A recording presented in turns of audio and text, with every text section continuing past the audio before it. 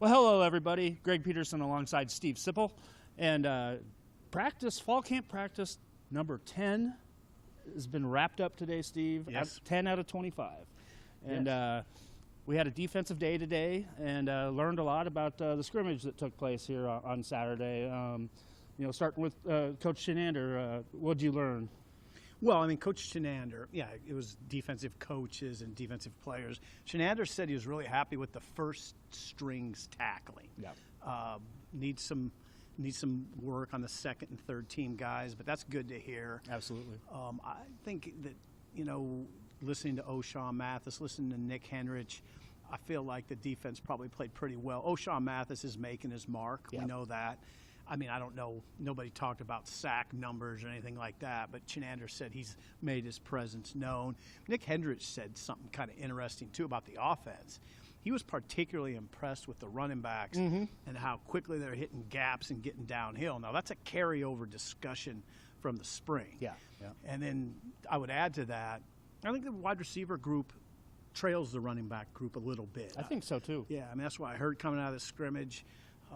That running back group is strong. The wide receivers probably need to pick it up a little bit. Yeah, and to kind of add a little bit there, Nick Henrich also had mentioned, the tackling was okay, but obviously, there's a lot to work on. Mm-hmm. But, overall, it sounds like the leadership, especially on that defensive side of the ball, is very strong here this season. And well, you got Garrett Nelson over there. Well, and that's my point. I had a chance to talk to Stephen Wynn, and coming from Alabama, he's around a lot of talent when he was with the Crimson Tide, and he was asked about the leadership here, and he said Garrett Nelson is by far and away the best leader he has ever played with. Is that right? That's high praise coming from an Alabama program right there. Yeah, and Stephon Wynn played 4 years in that Alabama program. That's not a young guy coming over. That's Stephon Wynn, who's in his early 20s coming over. That's quite a tribute to Garrett Nelson. Absolutely. Not necessarily surprising to me.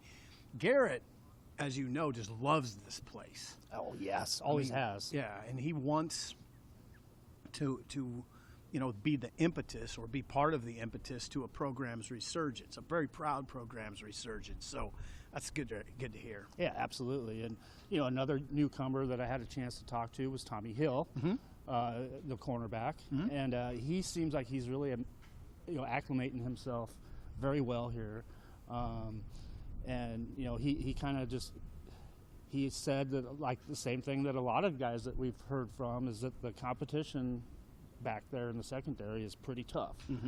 And, he's working with the ones, but he said, tomorrow he could be working with the twos. That's just kind of the way that room is going right now. So I thought that was pretty interesting to hear. Yeah, as well. Tommy Hill's battling Braxton Clark, among others. But, in the spring game, Braxton Clark started. Tommy Hill came in.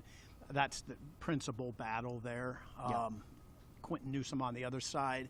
So, yeah, and hey, you've been around Travis Fisher. It's hardcore. You got to earn it every single day with Travis Fisher. The key word there is you got to be a dog. Yeah. Absolutely. DAWG, like you. Like you're a dog. Absolutely. So you're absolutely a dog. Anyway, Nebraska will be back out on the practice field tomorrow. And then we'll be back out here on Wednesday. So we'll have a chance to talk with the offense then. And, fall camp's just rolling right through. All right, Greg. Well, I appreciate it. All right, everybody just stay tuned in right here to On 3 Nebraska. We'll be right back here on Wednesday.